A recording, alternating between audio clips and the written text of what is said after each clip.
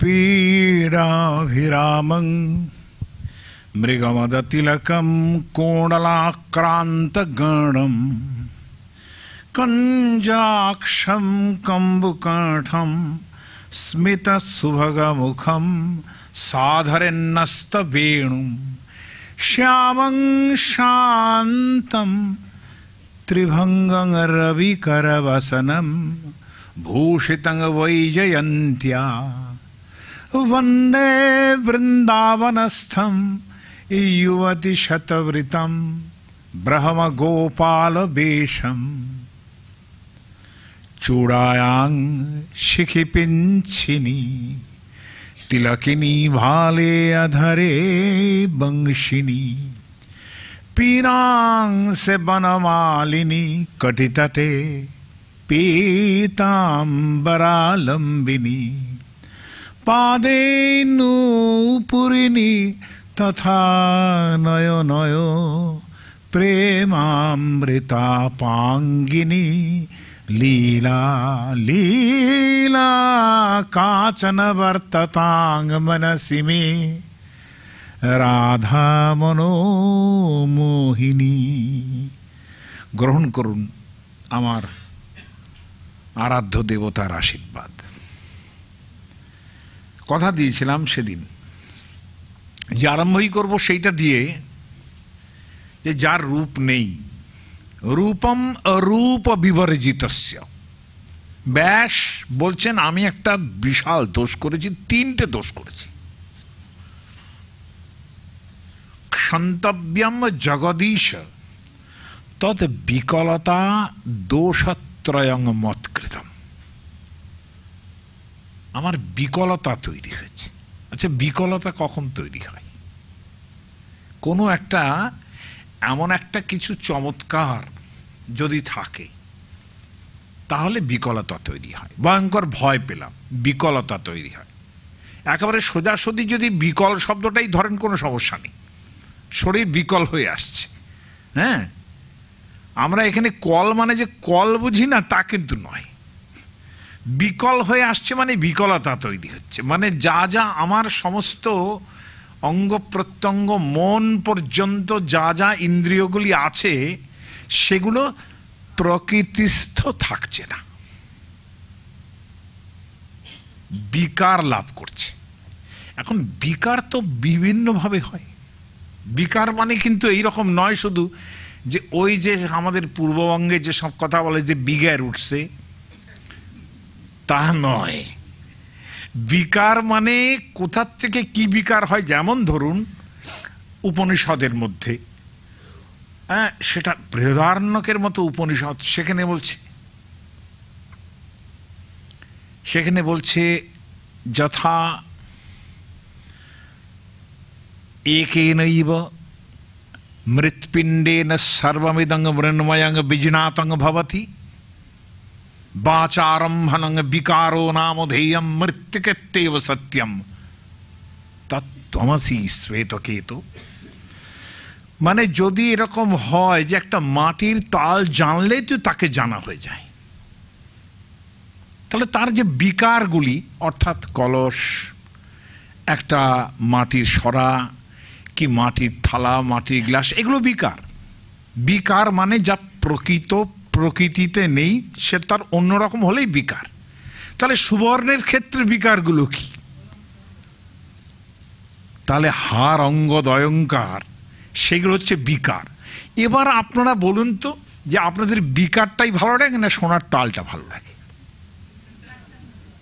তাহলে এই যে বড় বড় কথা আমাদের অদ্বৈত বেদান্তীরা বলে গেলেন যে সোনার তালটা যথা লৌহমণি না, একে নেই বা লৌহমণি না, এটা সোনা, তার মানে অর্থ সোনা, অর্থ সর্ববিধং লৌহ মানে এই যত কিছু আছে সব বৈজনাতং ভবতি। হ্যাঁ, তাহলে বাচারম্ভন বিকার নামধেয়ম, যেগুলো সব বিকার আছে সেগুলো তোমার জানা হয়ে যাবে। কিন্তু জানা হয়ে গেলেই তো হলো না। আমি কেমন ভাবে জানতে চাই যে আমাদের মতো লোকেরা যারা আমরা দ্বৈতবাদে আছি, অর্থাৎ যারা আমরা ওই রকম একের সঙ্গে আরেকজন মিলিয়ে যেতে চাই না, তারা বিকারটাই পছন্দ করে। কেননা সোনার তালের থেকে আমার কাছে হার কেউর অঙ্গদের মর্যাদা অনেক বেশি, তাই না? ঠিক সেই রকম রূপং রূপ বিবর্জিতস্য, উনি বলছেন যে আমার 3টে বিকলতা দোষ, আমার বিকার হয়ে যাচ্ছে, এই দোষটাকে তুমি ক্ষমা করবে। দেখুন, মহামতি ব্যাসের কথা বলে এটা চলে, এই শ্লোক মহামতি ব্যাসের উপরে আরোপিত, এবং তিনি ছাড়া আর কেউ এই শ্লোক লিখতে পারেন বলে আমরাও মনে করি না। কিন্তু ঘটনা হচ্ছে, ব্যাসের উপরে যে এই শ্লোক আরোপিত হোক তাতে আপত্তি নেই, কিন্তু তার ভাষার ভঙ্গি ভনীতি, অর্থাৎ কিনা বৈদগ্ধ ভঙ্গি ভনীতি, কথাটা একরকমভাবেই বলা যায় না, একটু অন্যরকম করে বললে ভালো লাগে সেটা। আমি যদি বলি কামস টাইমলি, ওয়েল নাইস, কিন্তু হি নেভার কামস আনটাইমলি, এটার মধ্যে কিন্তু একটু অন্যরকম হলো, তাই না? একটু অন্যরকম জোর হলো, অন্যরকম একটা স্ট্রেস হলো, এবং আশাটা তার ঠিক আশা মাত্র রইল না, নেগেটিভলি বোঝানো হলো যে তার কখনো কামাই হয় না, তাই না? তো আমরা এই নেগেটিভলি বোঝানোটা বেশি পছন্দ করি। বঙ্কিমচন্দ্র বললেন যে হ্যাঁ, রোহিণী পান খায়, রোহিণীর দোষ আছে, এটা ওটা দোষ আছে, নানান রকম রোহিণী সাদা কাপড়ে ডুরে শাড়ি পরে, সব ঠিক আছে, বিধবা রোহিণী, রোহিণীর সর্বাপেক্ষা বড় দোষ রোহিণী সুন্দরী। কি বলবেন? তাহলে এই যে বলাটা না, সর্বাপেক্ষা বড় দোষ রোহিণী সুন্দরী, আপনাকে এই ভাবটাই কিন্তু বুঝতে হবে যে আমার সমস্ত 3টে দোষ তোমাকে ক্ষমা করে দিতে হবে প্রভু, আমার বিকলতার দোষ ক্ষমা করে দিতে হবে। এই নেগেটিভ ব্যাপারটা কিভাবে আসছে? রূপম রূপ বিবর্জিতস্য ভবতু ধ্যানেন যৎকল্পিতম, তোমার কোনো রূপ নেই, অরূপ। আর ওই যে ভদ্রলোক খালি অরূপ অরূপ করেছে, বুঝতে পেরেছেন তো? কত অরূপ করেছে তার ঠিক নেই, আমি একটু লিখেও নিয়ে এসেছি, ফাজলামি সব তো আমার মনে থাকে না। আমাকে দেবেন্দ্রনাথ ঠাকুরের ওপরে একটা বক্তৃতা দিতে হয়েছিল বিশ্বভারতীতে, বলছি যে কত তিনি অদ্বৈতবাদী। আমি বললাম তা থাক, কিন্তু আমার তো বক্তব্য রবীন্দ্রনাথ ঠাকুর, তো তিনি কত বড় ব্রাহ্ম এবার বুঝে সব দ্বৈতবাদের উদাহরণ কথাগুলো বললাম। তাহলে এই যে একটা লোক যে মাটির পরে আঁচল পাতি একলা কাটে নিশীত রাতি, তার বাঁশি বাজে আধার মাঝে দেখি না যে চক্ষে তারে। কেন তুই বাঁশিটা দিলি রে? বাঁশি দেবার কি প্রয়োজন ছিল, তাই না? কোথায় বসে চড়াও ধনু, কোথায় বসে, হ্যাঁ, এমন একটা লোক যিনি সবসময় ধেনু চড়াচ্ছেন, কিন্তু হে রাখাল, এই যে রাখাল, এই যে লোকটা কোথায় বসে বাজাও বেনু, চড়াও মহা গগন তলে, তাই না? এই তো তোমার আলোক ধেনু, সূর্য তারা দলে দলে। বেশ ছিল, বেশ বুঝছিলাম, একার উপনিষদের মতো বুঝছিলাম, কিন্তু হঠাৎ করে কেন এই কথাটা? আমার প্রাণারাম ঠাকুরের ওই জিনিসটা কেন তোর লক্ষ্য এত? মহাকবি, তোমাকে জিজ্ঞাসা করি, কোথায় বসে বাজাও বেনু কেন? অনেক কিছু দিতে পারতে ভাই, রুদ্র ডমাডম বাজাচ্ছে, এসবও তো হতে পারতো, বেনু কেন? তোমার অরূপ মূর্তি, তোমার অরূপ মূর্তি খানি, এইসব গান আছে না, ফাল্গুনের আলোতে বসাই আনি, বাঁশরি বাজাই ললিত বসন্তে। কেন বাবা বাঁশরি কেন? এইখানে আমার বড় চিন্তা হয়, জিজ্ঞাসা করতে ইচ্ছে করে আমার সেই মহাকবিকে, যাকে আমি ঋষি বলে মনে করি, তিনি কেন বাঁশরি বাজাই ললিত বসন্তে সুদূর দিগন্তে, সোনার আভায় কাঁপে তব উত্তরী।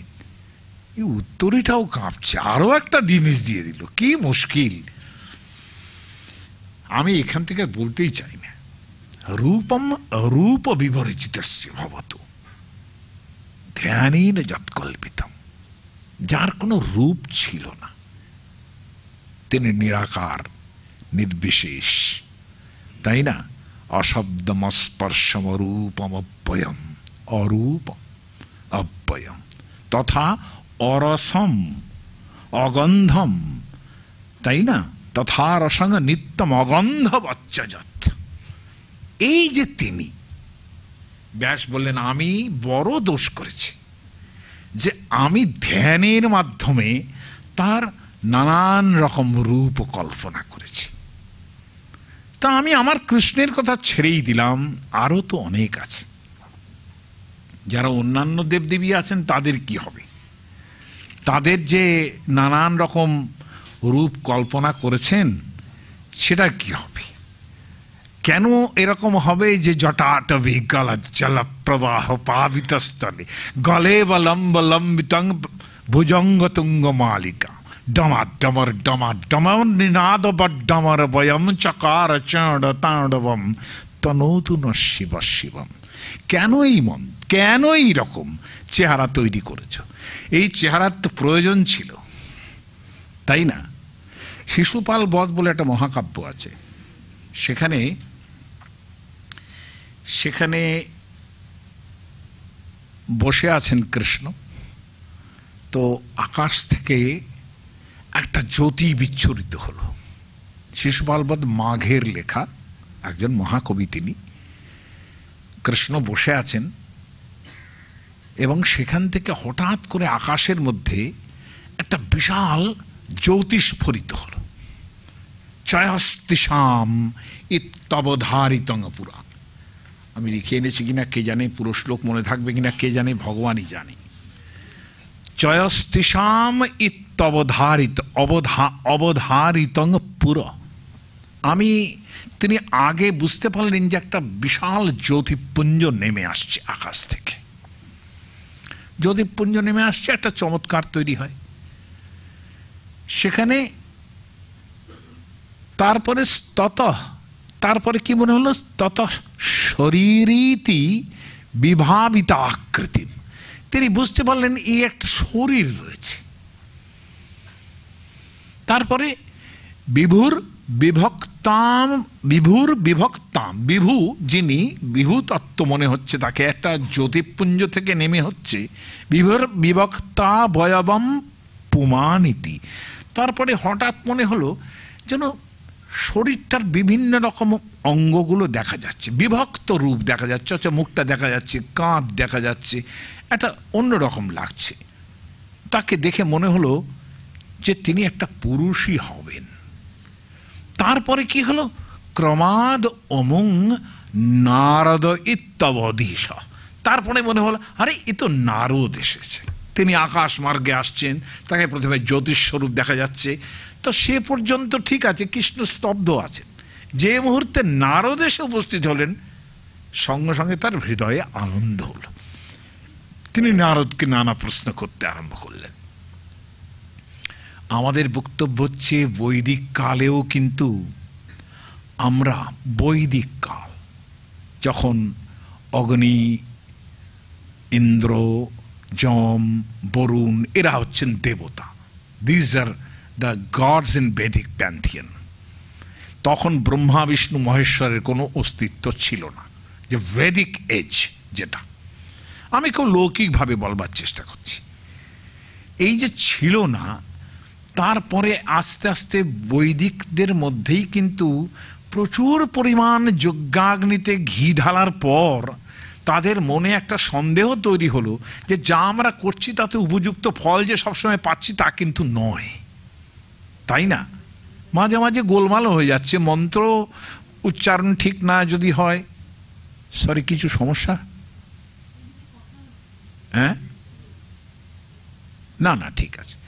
তো এই যে বৈদিক মন্ত্রের মধ্যে যে আমাদের সমস্যা তৈরি হচ্ছে, যে এক একটা দেবতার কিন্তু কোনো অবয়ব সেখানে পাচ্ছি শুধুমাত্র মন্ত্রের বর্ণনার মধ্যে। সেখানে দেবতারা সব মন্ত্রমূর্তি, মন্ত্রেই তার মূর্তি তৈরি হয়। অগ্নিমীরে পুরোহিতম যজনসরিতেজম হো তারম রত্নধাতমম, এই যে বলছি তার একটা রূপ তৈরি হচ্ছে, কিংবা মানে অন্যান্য দেবতাদের সম্বন্ধেও এইরকম, ইন্দ্র, বরুণ, সবার সম্বন্ধে এইরকম রূপ তৈরি হচ্ছে। সূর্য সম্বন্ধেও রূপ তৈরি হচ্ছে, সেই জ্যোতিপুঞ্জকেও একটা রূপ দেওয়া হচ্ছে। তাহলে এই যে রূপ দেওয়া, ভালো ছিলাম আমরা সাধারণ মানুষ, বুঝতে বুঝতে পারছিলাম, কিন্তু যজ্ঞে অনেক অনেক ঘি ঢালার পরেও তারপরে মনে হলো যে মানে নিশ্চয়ই একটা অদ্ভুত ধরনের ফ্রাস্ট্রেশন তৈরি হচ্ছে, যে তারা উপযুক্ত ফল পাচ্ছেন না যখন, তখন আস্তে আস্তে মনে হলো যে তাদের একটা মনেস্টিক টেন্ডেন্সি, অর্থাৎ একেশ্বরবাদের দিকে তাদের মনটা ঝুঁকলো। একটা সময় তাদের মনে হলো যে কসমৈ দেবায় হবিষা বিধেম, এত এত ঘি ঢালছি কোন দেবতাকে, কি করছি আমরা? এই যে ফ্রাস্ট্রেশন থেকেই কিন্তু আস্তে আস্তে সেই মূর্তি তৈরি হচ্ছে, সেই বিরাট রূপ, অর্থাৎ উপনিষদের যে পরব্রহ্ম তার ভাবনা হচ্ছে। ভাবনা হলো, বেশ কিছুদিন চলল, উপনিষদের পরব্রহ্মের ব্যাপার খুব চলল, তখনও কৃষ্ণ নেই, তখনও ব্রহ্মা বিষ্ণু মানে মহেশ্বর কেউ নেই। উপনিষদ চলছে, নানান রকম চুলচেরা বিচার হচ্ছে, অদ্বৈতবাদের ভাবনা হচ্ছে। তার মানে কি, it was the land of philosophers. সাধারণ মানুষ যতক্ষণ না দেবতাকে স্পর্শ করতে পারছে, যতক্ষণ না তার স্তুতি নতি প্রকাশ করতে পারছে তার কাছে, যতক্ষণ না তার দুঃখ কষ্টের কথা বলতে পারছে তাকে, যতক্ষণ না তার ভালোবাসা জানাতে পারছে, ততক্ষণ আমাদের মতো সাধারণ মানুষের তৃপ্তি হয় না। ফিলসফারদের তৃপ্তি হতে পারে যে অহং ব্রহ্মাস্মি, বলে আমি অর্ধ মাত্র পংক্তিতে বলে দিতে পারি কি করা উচিত। ব্রহ্ম সত্যম জগন মিথ্যা, জীব ব্রহ্মৈব নাপর। একটা আধখানা শ্লোকে বলে দিতে পারি যে উপনিষদের তত্ত্বটা কি। ব্রহ্ম সত্যম, তিনিই সত্য, জগৎ মিথ্যা। এই যে আপনারা শুনছেন সব কিন্তু মিথ্যা। তাহলে সমস্ত জগতের সব কিছু মিথ্যা মায়া। রবীন্দ্রনাথ পর্যন্ত বলেছেন, অত বড় অদ্বৈতবাদী, যে জীবনটা যে মিথ্যে মায়া সেটা জানতে জানতে ফুরায় যেন সকলকে যেন যায় জীবনের প্রান্তে। আমি বলে গেছি লাইনটা, কিন্তু কথা হচ্ছে যে তিনিও কিন্তু এই ভাবনাটা পছন্দ করছেন না, তাই না? তাহলে কি দাঁড়ালো, যে উপনিষদের মধ্যে যে বিশাল ভাবনা, বিশালত্বের ভাবনা, সেটা আমরা ধারণা করতে পারছি না। He is not the god of Tom, Dick, Harry. He is the god of philosophers, of Aristotle, Socrates, Yajnavalkya, তাই না? তাহলে কি করে আমরা বুঝবো যে তার সঙ্গে আমাদের সাধারণ মানুষের কোনো যোগ হচ্ছে না? এই অবস্থা থেকেই কিন্তু মহামতি ব্যাস লিখছেন, আমি একটা বড় দোষ করে ফেললাম। তিনিও তো ব্রহ্মদর্শী পুরুষ, তিনি ব্রহ্মজ্ঞানী মানুষ। তিনি বললেন যে আমি একটা দোষ করে ফেলেছি, তিনটে দোষ করে ফেলেছি। এক হচ্ছে রূপম, রূপ বিবর্জিতস্য ভবতো ধ্যানেন যৎকল্পিতম। তোমার রূপ চিন্তা করেছি। সমস্ত দেবতার রূপের মধ্যে আবার আমার যিনি আরাধ্য তার রূপের কথা তো আর বলতে পারবো না, তাই না? কালিয়াবরণ খানি চন্দনেতে মাখা, আমা হইতে জাতিকুলো নাহি গেল রাখা। আমার দেবতার রূপ এইরকম, যেখানে চৈতন্য চরিতামৃতে মধুরং মধুরং বপুরস্য বিভো, বিল্লমঙ্গল যেটা বলছেন, মধুরং মধুরং বপুরস্য বিভো, মধুরং মধুরং বদনং মধুরম, মধুগন্ধি মধুস্মিতমেতদহ, মধুরং মধুরম মধুরং মধুরম। টটলজি বোঝেন তো? এক কথা দুবার তিনবার করে বলা, তাও ভালো লাগছে। এক কথা দুবার বলে তো ভালো কেন, বারবার বলি, এক কথা বারবার বলো না, আমরাই বলি না, বলি তো। কিন্তু এক কথা দুবার তিনবার বলার মধ্যেও একটা অলংকার থাকে। আমাদের পণ্ডিতরা, জগন্নাথ বলে একজন ছিলেন, মহা পণ্ডিত, পণ্ডিত রাজ বলা হয় তাকে। তিনি সম্রাট শাহজাহানের সভাকবি ছিলেন। তিনি নিজেই লিখছেন, দিল্লি বল্লভ পানি পল্লবতলে নীতং নবীনং বয়। আমার কাঁচা বয়সটা কাটিয়েছি আমি শাহজাহানের সভায়। এই যে লোক, ইনি আবার একটা মুসলমান বিয়েও করেছিলেন, এবং নাকি শোনা যায় শাহজাহান নিজে দাঁড়িয়ে থেকে বিয়ে দিয়েছিলেন। যাই হোক, সেসব কথা থাক, ব্রাহ্মণের ব্রাহ্মণত্ব গেল। কিন্তু তিনি গঙ্গার তীরে বসে সেই যে যবনী রমণী, বিপদসমনী, এসব নানান রকম আছে, হ্যাঁ, তো তার সঙ্গে বসে তিনি গঙ্গার কাছে প্রার্থনা করছেন যে আমাদের তুমি এত পাপ পুণ্য করতে পারো, আমাদেরও শুদ্ধ করে দিতে পারো। গঙ্গার সিঁড়িতে বসে কি লিখছেন, যদি চ যবন কন্যাং পাপিনিং মাং পুনিহি, যদি এই যবনের মেয়েটাকে যদি তুমি শুদ্ধ করে দিতে পারো, এবং আমাকেও তো যদি তুমি শুদ্ধ করে দিতে পারো।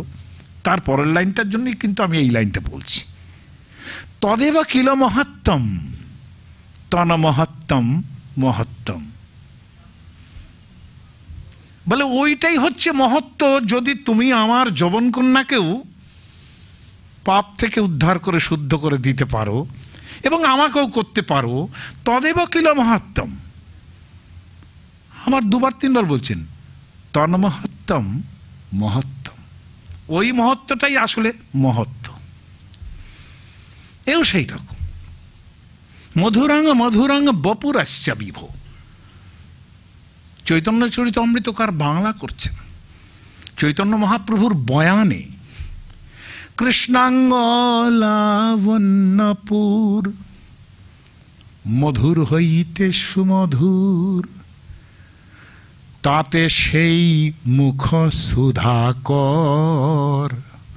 অর্থাৎ কৃষ্ণাঙ্গ লাবণ্যপুর মধুর হইতে সুমধুর, মধুরাঙ্গ মধুরাঙ্গ বপুরাশ্চ বিভো। বিভুর যে বপু শরীর, সেটা মধুর মধুর, কিন্তু তার মধ্যেও মধুর কোনটা, বদনাঙ্গ মধুর, তাতে সেই মুখ সুধাকর, সেই মুখচন্দ্র। তাহা হইতে সুমধুর, তাহা হইতে সুমধুর, তার সেই স্মিত জ্যোৎস্নাধর। কোথায় দাঁড়ায় গিয়ে, যে রূপের এক কণে, একটা যদি কণা পাওয়া যায় তো মধুরিমা কাঁপি কাঁপি। বিল্বমঙ্গল বলছেন মধুরিমার একটা কণা পেলেই হয়ে গেল, আর তো কিছু লাগে না। এতে যে মুগ্ধ হবে, সে কি আর ঘরে বসে থাকতে পারবে? রূপ গোস্বামী, তার অসামান্য একটি বিগ্রহ ছিল গোবিন্দজির, সেই গোবিন্দজির বিগ্রহের সম্বন্ধে বলছেন, এও কিন্তু সেই রকম কথা যা আপনার প্রথমে বলেছিলাম, যে রোহিণী দূরে শাড়ি পরে, রোহিণী পান খায়, সর্বাপেক্ষা বড় দোষ রোহিণী সুন্দরী। ইনি বলছেন, রূপ গোস্বামী বলছেন যে আমার যে গোবিন্দজি, উনি তো গোবিন্দজিকে সাক্ষাৎ ভাবছেন কৃষ্ণ, তাই না? রূপং রূপ বিবর্জিতস্য ভবতু ধ্যানেন যৎকল্পিতম। তো রূপ গোস্বামীর ধ্যানে যে মূর্তি কল্পনা তৈরি হয়েছে, সেই মূর্তিটি জয়পুরে এখনো আছে গোবিন্দজির মন্দিরে। যদি আপনারা যান কখনো দেখবেন, আহা সে কি মন্দির, সে কি মূর্তি, কল্পনা করা যায় না। তো রূপ গোস্বামী লিখছেন তার ভক্তিরসামৃত সিন্ধু গ্রন্থে, স্মেরাং, হাসছেন, এইরকম একটা হাসছেন, মানে স্মিত হাসি। আমাদের আবার হাসির অনেক তফাৎ আছে। রসশাস্ত্রকারেরা যখন হাসির বিচার করেন না, 8 রকমের হাসি আছে। আমার তো এক কথা প্রসঙ্গে আর এক কথা চলে আসে। নাট্যশাস্ত্রকার যখন হাসির কথা বলবেন, যে 8 রকমের হাসি আছে। তার মধ্যে লাস্ট হচ্ছে অশ্বহাস্য। ঘোড়া যেরকমভাবে হাসে সেরকমও হাসা হতে পারে, হ্যাঁ। কিন্তু প্রথমটি হচ্ছে স্মিত। স্মিতের লক্ষণ কি? ঠোঁটটি একটু বাঁকা হবে বটে, কিন্তু দাঁত দেখা যাবে না। স্মেরাং, স্মেরাং, আর কি ত্রিভঙ্গ ভঙ্গিম ঠাম তার, এরকম আমি পুরো শ্লোক বলছি না। আর কি আছে, তার চূড়ায় একটা চন্দ্রক অর্থাৎ শিখিপুচ্ছ আছে। গোরচন তিলক চূড়ে চারু চন্দ্রক, গোবিন্দ দাস লিখছেন। তাই চারু চন্দ্রক তার মাথার মধ্যে শিখিপুচ্ছ ঢুলে আছে বাঁদিকে। এই যে চেহারাটা, উনি বলছেন এই যে দেখো আমার গোবিন্দজিকে যদি এরকম দেখো না কেউ, মা প্রেষ্টিকটা দেখারই তোমরা চেষ্টা করবে না। বন্ধু সঙ্গে স্থিরঙ্গ, মা প্রেক্ষিষ্টাস্তব যদি সখে বন্ধু সঙ্গে স্থিরঙ্গ। যদি তোমার আত্মীয় স্বজন, সংস্কৃতি বন্ধু মানে আত্মীয় স্বজন, আত্মীয় স্বজন বন্ধু বান্ধব সবার সঙ্গে অনেক দিন রাত মিলে মিশে থাকতে চাও না, তাহলে যেন আমার গোবিন্দজির এই মুখখানা দেখো না। দেখলে পরে এমন বৈরাগ্য আসবে যে ঘর ছেড়ে পালিয়ে চলে আসবে এখানে। অতএব এই মূর্তি তোমরা দেখো না। তাহলে কি দেখো, তাই তো অর্থ দাঁড়ায় নাকি? এই যে ঘটনাটা, তাহলে ব্যাস এই একটা দোষ করে ফেললেন যে তিনি রূপ কল্পনা করেছেন। অদ্বৈতবাদীরা বলে যে ভক্তদের বিনোদনের জন্যে ব্রহ্মের রূপ কল্পনা করা হয়েছে। তা বলো ঠিক আছে, আমরা বিনোদনের জন্যই মেনে নিলাম, তোমাদের কথা মেনে নিলাম আমরা, আমাদের বিনোদন হয়তো, আমরা তো সত্যি কথা না হলে তো বোম্বার মতো বসে থাকতাম, ব্রহ্মজ্ঞান লাভ করে বসে আছি, পুরো বসে আছি, স্থাণুর মতো বসে আছি, কোনো ভেতরে আনন্দের অনুভূতি হচ্ছে না। কিন্তু কৃষ্ণের একখানা মূর্তি দেখলে কীরকম হয় আমাদের? তা বলুক, আমাদের বিনোদনের জন্য করেছেন, বেশ করেছেন, সেইটাই তো বলছেন আমার দোষ হয়ে গেছে। ব্যাস বলছেন আমার দোষ হয়ে গেছে। ব্যাপিতঞ্চ নিরাকৃতম ভগবত তীর্থযাত্রাদিনা। ব্রহ্মের সম্বন্ধে বলা হয় তিনি সর্বব্যাপী, এমন কোনো জায়গা নেই যে তিনি নেই, তাই না? সম্পূর্ণম, যিনি ব্রহ্মজ্ঞ ব্যক্তি, তার পুরো ভাবনাটা কিরকম? সম্পূর্ণম জগদেব নন্দনবনম বারাণসী মেদিনী। সমস্ত জগৎটাই নন্দনবন, স্বর্গের নন্দনকানন, সমস্ত জগৎটাই যেখানে তিনি বসে আছেন সেখানেই। বারাণসী মেদিনী, এই পৃথিবীটা তার কাছে সর্বত্রই তার বারাণসী। সঞ্চার পদয়, হাঁটছি যে তিনি, হাঁটছেন বলে সেটাই মন্দিরের পরিক্রমা করছি, আর কথা বলছি এইটাই তার স্তুতি রচনা করছি।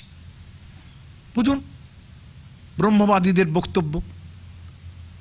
তো এই সম্পূর্ণ জগৎ নন্দনবন, এটা তো আমার পক্ষে আপনার পক্ষে ভায়া সম্ভব কি? যেখানে বসে আছেন সেটাই নন্দনবন, মহা আনন্দ হচ্ছে। তাহলে আর জমালয়ের জীবন তো গেল কেন?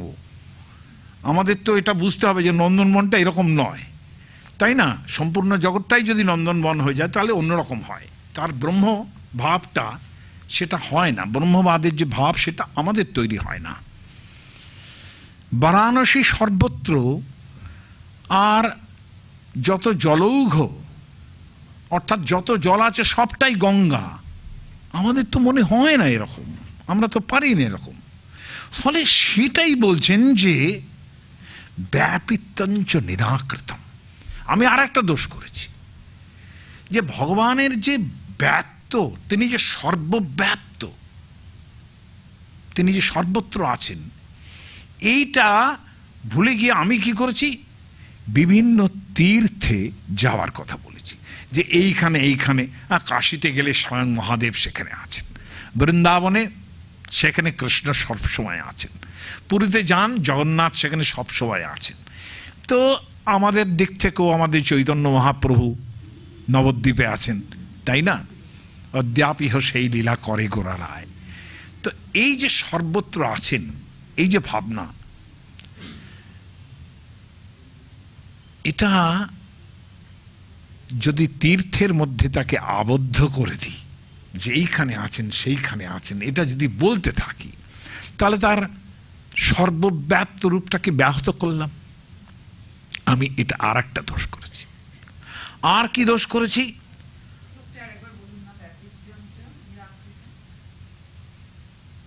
এই তো ঝেড়ে দিতে চাইছেন আমার কথাবার্তাগুলো। হ্যাঁ, ব্যাপিত্যঞ্চনে, সব কিছুই বলার জন্যে, আপনার বলার জন্যে। ব্যাপিত্যঞ্চ নিরাকৃতম ভগবত তীর্থযাত্রাদিনা স্তুত্যা অনির্বচনীয়তা অখিল গুরু। আমি সন্ধিটা ভেঙে বললাম। স্তুত্যা নির্বচনীয়তা অখিল গুরু, স্তুত্যা নির্বচনীয়তা অখিল গুরুর দূরীকৃতা জন্ময়া। তিনি তো অনির্বচনীয়, তাকে কোনো শব্দ দিয়ে ব্যাখ্যাই করা যাবে না, তাই না? অর্থাৎ মনশ্চক্ষুরাদের বিমুক্ত স্বয়ং, যে কথা বলেছিলাম আগে, মনশ্চক্ষুরাদের, মনশ্চক্ষুরাদি, মনশ্চক্ষুরাদের অগম্য স্বরূপ, অর্থাৎ মন, চক্ষু ইত্যাদির দ্বারা যাকে পাওয়া যায় না, কোনো শব্দের দ্বারা তাকে বর্ণনা করা যায় না, তিনি অনির্বচনীয়। ব্যাস বলছেন আর একটা দোষ হয়ে গেল। স্তুত্যা অনির্বচনীয়তা অখিল গুরু, যিনি, তার অনির্বচনীয়তার ব্যাপারটা আমি স্তুতি ইত্যাদি রচনা করে শেষ করে দিয়েছি। আপনারা এটা ভাবুন, প্রত্যেকটা দেবতা আমাদের যারা আছেন, যে যার ভক্ত, তাই না? তাহলে তার প্রত্যেকটা দেবীর স্তুতি আছে, শঙ্কর মহাদেবের স্তুতি আছে, কৃষ্ণের স্তুতি আছে। স্তুতি তো করতে হবে। এই যে প্রথমেই আমি বললাম বাড়হা পীরাভিরামং মৃগমদ তিলকম, এই যে বলছি, স্তুতি করছি, তাই না? যিনি সকালবেলা উঠে মহালয়া শুনবেন, সেখানেও ইয়া মা হিসোন্মূলিনী বলে কি হবে, তাই না? শুম্ভ নিশুম্ভ দত্য দলনী ইয়া সিদ্ধিদাত্রী পরা, ইয়া ওই নবকোটি মূর্তি সহিতা মাং পাত বিশ্বেশ্বরী করছেন শঙ্কর মহাদেব, তাই না? তারও স্তুতি করছি আমরা। প্রভুং প্রাণনাথম বিভুং বিশ্বনাথম জগন্নাথনাথম সদানন্দ ভাজম ভবদ ভব্য ভূতেশ্বরং ভূতনাথম শিবং শঙ্করং শম্ভুমীশানমীরে, বলছি তো, স্তুতি করছি। তার মানে যিনি অনির্বচনীয়, তাকে স্তুতির মাধ্যমে আমি বেঁধে ফেললাম যে তিনি এই রকম, তিনি এই রকম। আমার তৃতীয় দোষ, সন্তব্যম জগদীশ মদ বিকলতা দোষত্রয়ং মৎকৃত। হে জগদীশ, আমি যে এই তিনটে দোষ করে ফেলেছি, তুমি ক্ষমা করো প্রভু। এই প্রসঙ্গটা যেখান থেকে এসছিল সেটা ছিল যে আমি ভাগবত পুরাণ কেন শুনব, এই প্রসঙ্গ থেকে বলেছিলাম যে ধর্ম প্রজ্জিত কৈতবোত্র পরমো নির্মৎসরাণাং শতাং বেদ্যম বাস্তবমত্র বস্তু শিবদম তাপত্রয়োন্মূলনম শ্রীমদ ভাগবতে মহামুনিকৃতে কিংবা পরৈরীশ্বর সদ্য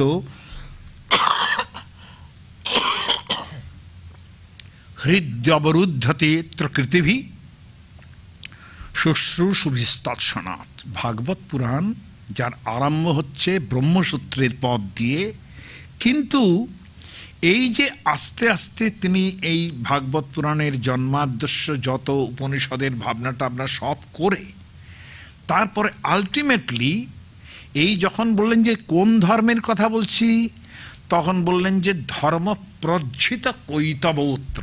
আমি আগের দিন বলবার চেষ্টা করেছি যে ধর্ম প্রজ্জিত কৈতবোত্র পরমর যে মানে, যে এমন ধর্মের কথা বলছি যেখানে কৈতব উজ্জিত প্রজ্জিত, অর্থাৎ প্রকৃষ্টভাবে ত্যাগ করা হয়েছে। কৈতব মানে মায়া সাধারণ অর্থে। কিন্তু আমাদের যারা কৃষ্ণানুসারী মানুষ, তারা মনে করি, যারা ভাগবত পুরাণকে মানে তারা মনে করেন, যারা কৃষ্ণকে মানে তারা মনে করে কৈতব হচ্ছে মুক্তির বাঞ্ছা, অর্থাৎ আমি মুক্তি চাইছি। আমি আগের দিন বলেছিলাম যে আমরা মুক্তিতে বিশ্বাস করি না। হ্যাঁ, আমরা ভগবানের দাস হয়ে থাকতে চাই, যেটা মীরা বলেছেন না, যে মানে চাকর রাখো চাকর রাখো চাকর রাখো জি। আমরা দাস হয়ে থাকতে চাই। আমরা ওরকম চাই না যে তার সঙ্গে জলেতে মিশায় জল, চিনি হওয়া ভালো নয় মন, চিনি খেতে ভালোবাসি। আমরা চিনি হয়ে যেতে চাই না, আমরা চিনিটা খেতে চাই। হ্যাঁ, কারণ আমরা আস্বাদ্য বস্তুকে দ্বিতীয় মাধ্যমে আস্বাদন করতে চাই। এই প্রশ্নটা যদি কোনোভাবে তার সঙ্গে আমার মিলন হয়ে যায়, অর্থাৎ আমি একাকার হয়ে গেলাম, তাহলে কিন্তু আপনার আর আস্বাদ্য নেই, আস্বাদকও নেই। অর্থাৎ আমি আস্বাদন করব। দেখুন, আস্বাদ কথাটার মানে আমি বহুবার আপনাদের বলেছি তো। আস্বাদ, স্বাদ মানে কি আরো একবার বলি, ভালো করে বলি, বুঝিয়ে নিন ভালো করে। স্বাদ মানে কি? দন্ত শয়বয় মানে কি? দন্ত শয়বয় মানে দুটো হয়। একটা ধনসম্পত্তি, যেমন টাকা পয়সা, যেমন বলি পরস্ব অপহরণ করিও না, তাই না? আর স্ব মানে নিজের। তাহলে স্ব, তারপরে অদ ধাতু মানে হলো খাওয়া। অদ ধাতু মানে হলো খাওয়া, যার রূপ হয়, ভার্বাল রূপ হয় অত্তি। তাহলে স্বম অত্তি, তার মানে আমি নিজেকেই খাচ্ছি, তাই না? প্রত্যেকটা খাওয়া মানে কিন্তু নিজেকেই খাচ্ছি, তাই না? আমি আগের দিন বলেছিলাম না যে এক স্বাদু নবঞ্জিত, একা একা ভালো খাবার খাবেন না। তার মানে কি? মানেটা অতি গভীরে, যেটা বৃহদারণ্যক উপনিষদের মধ্যে যাজ্ঞবল্ক্য বলছেন। যাজ্ঞবল্ক্য কি বলছেন? নবারে, মৈত্রী কি বলছেন? নবারে পুত্রস্য কামায় পুত্র প্রিয় ভবতি, আত্মনস্তু কামায় পুত্র প্রিয় ভবতি। নবারে, এটা মনে করো না যে তুমি পুত্রকে ভালোবাসছো তাই পুত্র তোমার কাছে প্রিয়, তা নয়।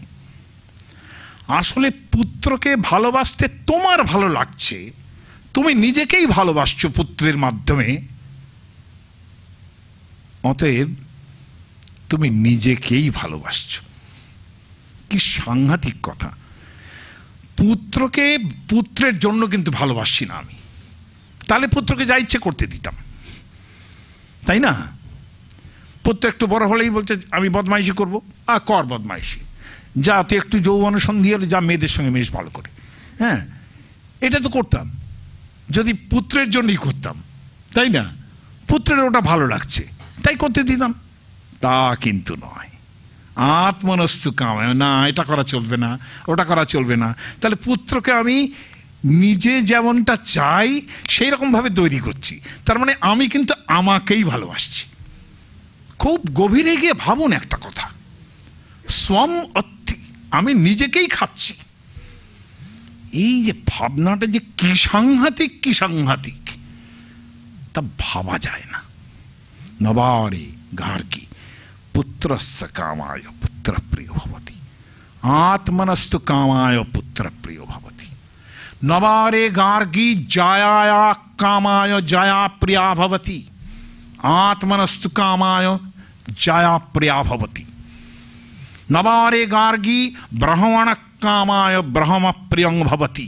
কেউ যে ব্রাহ্মণ, তিনি বলেন না যে তিনি ব্রহ্ম ভাবনার ভাবিত হয়ে তিনি ব্রাহ্মণ্যকে ভালোবাসেন না, তিনি ব্রাহ্মণ হতে খুব ভালোবাসেন বলেই ব্রাহ্মণ। অর্থাৎ ব্রাহ্মণরা তাকে খেয়ে বসে, তিনি ব্রাহ্মণ্যকেই খান। কথাটা কি বোঝাতে পারলাম আমি? যিনি নিজেকে বামুন বামুন বলে বলেন না, তিনি আসলে ব্রাহ্মণ্যকে খাচ্ছেন, আস্বাদন করছেন, তিনি নিজেকেই ভালোবাসছেন। নট দ্যাট তিনি ব্রহ্মকে, ব্রহ্ম জানাতি ব্রাহ্মণ, সেই ব্রহ্মকে ভালোবাসছেন। নো, নিজেকেই ভালোবাসছি আমরা। তাহলে যদি আস্বাদনটা এরকম হয়, তাহলে সেক্ষেত্রে কি দাঁড়ায়? অদ্বৈতবাদী বলবেন যে তাহলে তো কোনো দ্বৈতের প্রশ্নই থাকে না। আমাদের লোকেরা যারা আছেন তারা অতিশয় তর্কপটু, অতিশয় রসশাস্ত্রী যাকে বলে, তারা বলছেন যে দর্পণাদ্যে দেখি যদি আপন মাধুরী, আস্বাদিতে স্বাদ হয়, আস্বাদিতে নারী। মানে তুমি যদি আয়নার মধ্যে নিজেকে দেখো, তাহলে দেখো তুমি আমাকে ভীষণ ভালো লাগছে, কি সুন্দর, আমি কেউ নিজেকে অসুন্দর মনে করে না। তাহলে যে দেখছেন সে মনে করছেন যে আমি কি সুন্দর। তাহলে এই সুন্দরটা বোঝার জন্য তোমার দ্বিতীয়ের প্রয়োজন আছে। আজকে যদি আমার প্রেমিকা যতক্ষণ না বলবে যে তুমি, অথবা রবীন্দ্র এইসব বেশি বললে আমি বেশি মুখর হয়ে বলবো, ছেলে মানুষ তো, রবীন্দ্রনাথ বলেছেন যে আজিয়ে রে দেখায় সুন্দর। তো ওই ভদ্রলোকের কথা ভদ্রলোকের মতো করে বলি, তাই না? এরকম করে বলাই তো ভালো নাকি? হ্যাঁ হ্যাঁ গো, এ কাদের দেশে বিদেশি নামিনু এসে, এ কথা শুধানু আমি যখনই, অমনি কথা না বলি ভরা ঘট ছলছলি, নত মুখে চলি গেলা তরুণী, এ ঘাটে বাঁধিব মোর তরণী। আমি এ ঘাটেই নৌকো বাঁধব। কেন? ওই যে দেখলো, ওই দেখাটা কিন্তু নিজের আস্বাদন হলো, কিন্তু যতক্ষণ না পর্যন্ত সেই নতমুখে যিনি চলে গেলেন, দ্য সর্ট অফ অ্যাকসেপ্টেন্স যে আমিও তোমাকে দেখেছি, না হলে নতমুখে যেন গটগট করে চলে যেত, তাই না? এই যে সাইন অফ অ্যাকসেপ্টেন্স, এইটার যে প্রয়োজন, এটা হচ্ছে আস্বাদন। অর্থাৎ আমি নিজেকেই কিন্তু অ্যাপ্রিসিয়েট করলাম আরেকজনের মাধ্যমে, যিনি নত মুখে চলে গেলেন, অ্যাকসেপ্টিং মি অ্যাজ এভার। এই যে ব্যাপারটা, তার মানে আস্বাদনটা এইরকম হয়, এই পর্যায়ে যায় যে যতক্ষণ না তিনি আমাকে বলছেন ভালো, ততক্ষণ কিন্তু আমি আমাকে আস্বাদন করছি না। তার মানে দ্বিতীয় প্রয়োজন আছে, যার জন্যে কৃষ্ণকে রাধা হতে হয়েছে, যার জন্যে রূপ গোস্বামীর বিদগ্ধ মাধব নাটকের মধ্যে এক জায়গায় পুষ্করণীর মধ্যে রাধার থেকে তিনি বিচ্ছিন্ন হয়েছেন। সেখানে পুষ্করণীর মধ্যে একটা বিশাল তৈরি করা হয়েছে, স্টেজ তৈরি করা হয়েছে, নাটক হবে একটা। সেখানে কৃষ্ণ বিশাল পুষ্করণীর মধ্যে নিজেকে দেখছেন। আপনারা বলবেন নার্সিসাস, বলতেই পারেন, কিন্তু দেখে তিনি কি বলছেন? অপরিকলিত পূর্বক চমৎকারকারী। আমি যে এত সুন্দর তা তো আগে বুঝিনি, আমি তো বেশ সুন্দর। কিন্তু এই যে বেশ সুন্দরটা, এর লাস্ট লাইন এই শ্লোকের, সরভাসম উপভক্তুম কাময়ে রাধিকেব, রাধা কিভাবে আমাকে আস্বাদন করেন এটাই আমি দেখতে চাই। আমি নিজেকে কিভাবে আস্বাদন করব? It is a sort of self masturbation, কোনো মানে নেই। ব্রহ্মানন্দ is a sort of self masturbation হয়ে যায়। সরি, এ শব্দটা কিছু মনে করবেন না, কিন্তু ইনফ্যাক্ট যদি এটা এরকম হয় যে রাধা তিনি আমাকে কেমন বলবেন, আমার এই রূপ দেখে তিনি কিভাবে আস্বাদন করেন, সারাভাসম উপভক্তুম, আমি অত্যন্ত ঔৎসুক্য সহকারে বসে আছি যে আমাকে রাধা কিভাবে আস্বাদন করেন সেটা দেখার জন্যে, আমি সেইভাবে আমাকে আস্বাদন করতে চাই। এই না হলে রামপ্রসাদ বলতেন না, এবার কালী তোমায় খাবো। এই খাওয়াটা ভাববেন না যে কালীকে গিলে খেয়ে নিচ্ছি। সম্পূর্ণ আস্বাদনে এইরকম হয় যে এবার কালী তোমায় খাবো, তাহলে আস্বাদন এটাকে বলে। এই আস্বাদন যদি পেতে হয় তাহলে জলেতে জল মিশতে চলবে না, একটু আলাদা রাখতে হবে। তা সেখানে আমার জন্যও তার অপেক্ষা আছে, তাই না? শুধু আমার জন্য অপেক্ষা নয়, সেটা তো মহাকবিজিতে এত বড় ব্রাহ্ম, আমায় নইলে ত্রিভুবনেশ্বর, তোমার প্রেম হতো চেয়েছে। তার মানে আমাকেও দরকার, যত ক্ষুদ্র ব্যক্তি আমি হই না কেন, ইউ অলসো নিড মি। এই যে পরস্পরের জায়গায় এই যে অপেক্ষাটা আছে, এই অন্বেষণই তো রাধাকৃষ্ণ, তাই না? এই যে অপেক্ষা, এখানে কি দাঁড়াচ্ছে, যদি মুক্তি পেয়ে যাই, সেটা আমি তখন রিসার্চ করছি রূপ গোস্বামীর নাটকগুলোর উপরে। ওই বড় সড়ো সব ইউনিভার্সিটিতে রিসার্চ করে, আমার গুরুও সাংঘাতিক, সুকুমারী ভট্টাচার্য, তার কাছে রিসার্চ করছি। জিনিসটা যেহেতু রূপ গোস্বামীর নাটকের উপরে কাজ করছি, তা আমি একদিন নাটকগুলো যে আমার নিশ্চয়ই পড়ে অভিজ্ঞান শকুন্তলের মতো লাগে না, বুদ্ধরাক্ষসের মতো লাগে না, রাধাকৃষ্ণের ভাবনা চিন্তা সব কিছুই ওর মধ্যে আছে। তা আমি, আমার মাস্টারমশাই তিনি বিষ্ণুপদ ভট্টাচার্য ছিলেন, তিনি আর এক বৃত্তের মানুষ, তার সঙ্গে আমার সুকুমারী যাকে দেখতে পারতেন না। যাই হোক, তো তিনি মহাপণ্ডিত। এই দুজনের সঙ্গে একবার একদা কি করিয়া মিলন হয়েছিল একবার, আমার থিসিস পরীক্ষার কালে তাদের দুজনের একসঙ্গে মিলন হয়েছিল। যাই হোক, তারা দুজনে একসঙ্গে আমাকে রিসার্চ করতে আরম্ভ করলেন। তারা নিজেরাই এত তর্ক করতে করলেন যে আমার রিসার্চের ব্যাপারে আমাকে কিছু জিজ্ঞেস করলেন না, আমি বেরিয়ে গেলাম। কি অসাধারণ ছিল আমার থিসিসের যে পরীক্ষা, ভাইবা। শুধু এই কথাটা তুলে দিয়েছিলাম যে যাজ্ঞবল্ক্য গার্গীর সঙ্গে যে কথা বলেছেন সেটা কি রকম। সেখানে গার্গী অপমানিত হয়েছেন, এটা সুকুমারীর বক্তব্য, আর বিষ্ণুর বক্তব্য মোটেই অপমানিত হননি। এই দুজনের লেগে গেল, আমি মাঝখান দিয়ে বসে রইলাম, শেষ হয়ে গেল ভাইবা, আমার শেষ হয়ে গেল পিএইচডি। তাহলে ভাবুন আমি কি পিএইচডি করেছি। হ্যাঁ, এই হচ্ছে অবস্থা। তো যাই হোক, তো এই যে ঘটনা হচ্ছে যে জলেতে মিশায় জল, বিষ্ণুবাবুকে বলেছিলাম যে দেখুন এটা তো কীরকম লাগছে, নাটকগুলোতে আরও ভালো হতো। উনি আমাকে প্রথমে, ওনার অভ্যেসই ছিল প্রথমে প্রচণ্ড গালাগাল দেবেন, গালাগাল দিয়ে মানে বলবেন যে কি পড়াশোনা করনি, কিছু এক ফোঁটা কিছু জানো না, হ্যাঁ দুটো ওই লাইন পড়েছো তাই নিয়ে বক বক করে যাচ্ছ, বেদানধৃত্য তরিত বক্তারও ভবন্তি। গালাগালিও দেবেন, আবার সেসব অ্যানসেন্ট টেক্সট থেকে গালাগাল দেবেন। গালাগালিও সোজাসুজি দেবেন না, সেটা দেবেনও আবার অ্যানসেন্ট টেক্সটগুলো তুলে তুলে। আপনার সেখানেও আপনার শেখবার আছে, বুঝতে পেরেছেন? যে গালাগালিগুলো দিচ্ছেন সেটাও কিন্তু মহাভাষ্য পতঞ্জলি থেকে গালাগাল দিচ্ছেন, অমুক জায়গা থেকে গালাগাল দিচ্ছেন। যেমন আমাকে এইটা গালাগাল দিলেন, বেদানধৃত্য বক্তারও ভবন্তি। দুপাতা বেদ পড়েছো, তার থেকেই তুমি বড় বড় কথা বলতে আরম্ভ করেছো, এগুলো বলতে আরম্ভ করলেন। আমি চুপচাপ থাকলাম। খানিকক্ষণ পরে, এটা নিয়মই ছিল, খানিকক্ষণ পরে ওনার সুপ্তি ভাঙবে এবং তিনি বলতে থাকবেন। তখন যখন বলতে থাকবেন তখন বলতেই থাকবেন। আমরা সেগুলো জানতাম। সেসব টিচার এখন জীবনেও কোথাও পাবেন না, নেভার নেভার নেভার পাবেন না, যিনি গালাগালিতেও শিক্ষা দেন। এরকম ভাবিনি আমি কোনোদিন।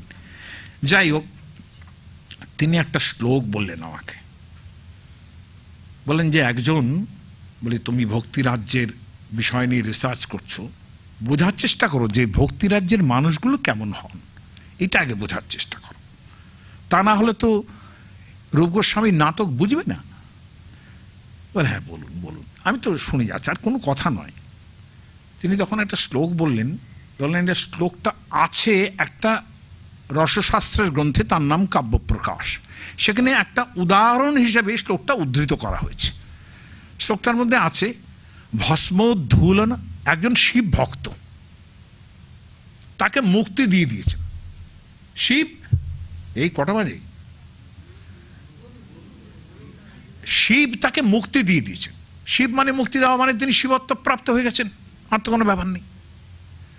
সেখানে সেই ভক্ত বলছে, শিব ভক্ত, ভস্মোদ্ধূলন ভদ্রমস্তু ভবতি রুদ্রাক্ষমালে শুভম।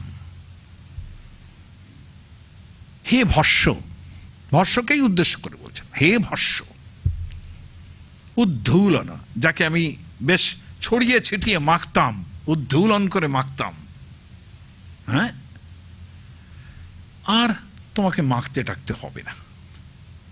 মেখে আনন্দ পেতাম, শিবের অত্যন্ত প্রিয় ভস্য, আমি ভক্ত, আমি মাখতাম তার ভক্ত, এই মেখে বসে থাকতাম যে আমি শিব ভক্ত, আর ভস্য টস্য মাখতে হবে না।